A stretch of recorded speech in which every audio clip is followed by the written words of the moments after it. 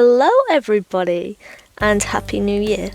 And also what a year it has been in general. I can't believe that we've survived yet another year. Wild.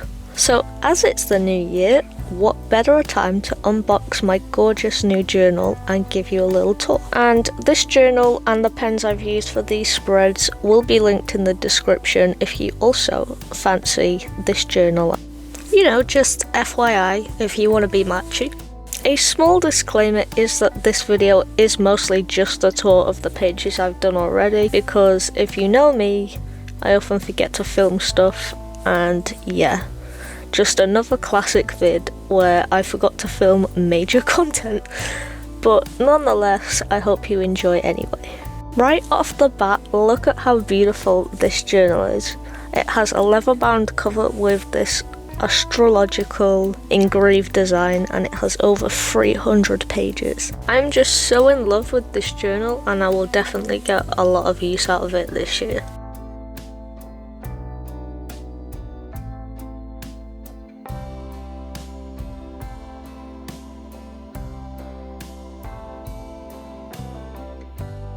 So without further ado, let's get into the tour of my January journal spreads.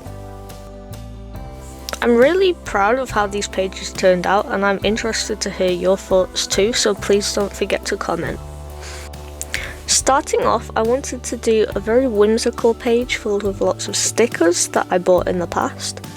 I'm a very big fan of stickers, so whenever I get a new sketchbook or a journal, I really love to just decorate them with stickers, because to me stickers are just so fun, and I know that they'll always have a special home if I place them in my journal or my sketchbooks. You'll also notice I did fill a second page with stickers too, because in journals I find there's always that one page that folds slightly shorter, so to me it's just the perfect excuse to slap a bunch of stickers down. Here's where I decided to include a key for my journal, and I guess you could call it a sort of welcome page. And for this, I just decided to use a black and white sort of 1950s style. Next up, we have a 2026 ins and outs page, which I wanted to do because I kept seeing them on Pinterest, and I figured this year I would definitely benefit from, having some reminders to live by.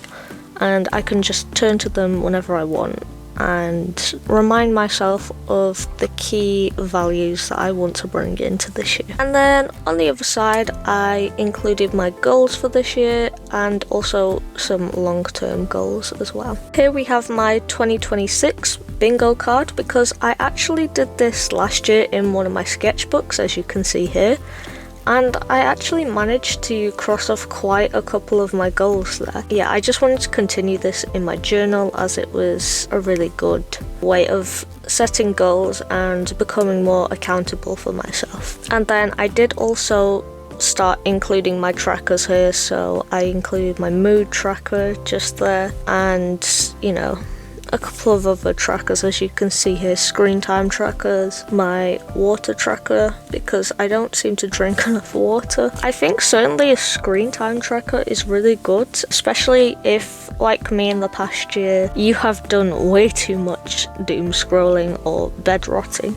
If you have a journal yourself and you do not have a screen time tracker, I highly suggest you put one in there if it's something you think you'll need. Then I also have my fitness tracker, because I definitely want to do more exercise this year and not keep using the same excuses of, oh, I have no space, so I'll just not do it today.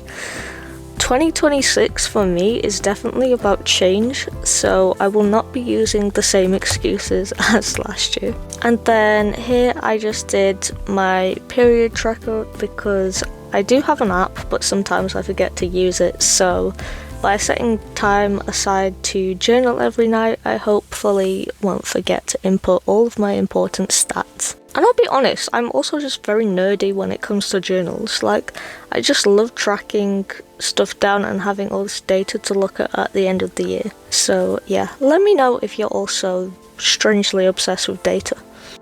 Here is my reading tracker, because I actually started reading again after a really long time towards the end of last year, and I really enjoyed it. And as some of you may know, I did actually get a reading light for Christmas, which is more the reason to obviously continue this reading, and I actually find it to be a really good way to keep me off screens at night and improve my sleep habits. Next up is this vertigo tracker, because last year I was finally diagnosed with Meniere's and vertigo after feeling just really rough for 4 years and not really knowing what was wrong with me. I'm really glad that I got it sorted out though, and I'm okay, but this should help me track my symptoms and episodes from now on, as there isn't really a cure for this condition. Feel free to steal this format if you also have a medical condition that you want to track.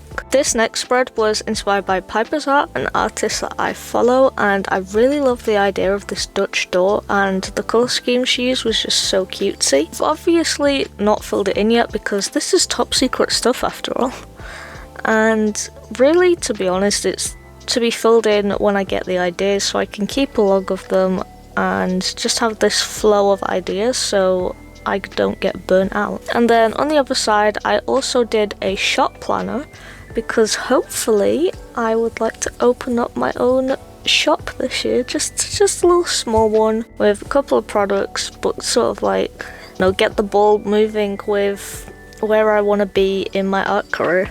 This spread was also inspired by Piper's art, but I just really loved it because it will just help me be so organised this year and keep a log of all the things I want to see.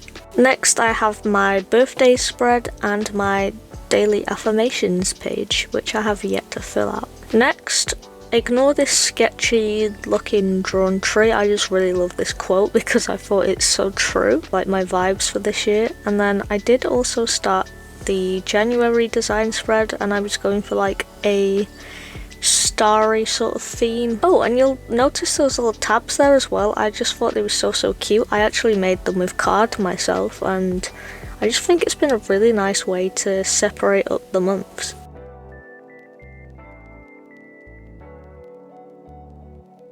And then on this page, I obviously had my January calendar spread and my habits tracker. Next up, I wanted to try like a little gratitude thing, because I just feel like I've been a little bit negative in the past year, so I really want to try and remember those good days.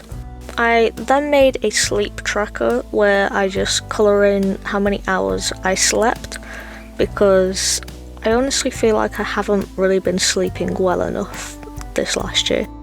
Here is my currently spread, which I actually started doing last year in my scrapbook, and it's just a really fun way to track where you're currently at.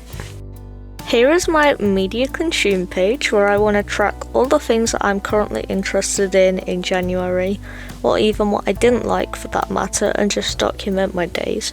It sounds silly, but along with my love for data, I also want to predict my Spotify Wrapped. Next up, I really want to save some money this year, so I made a little financial tracker.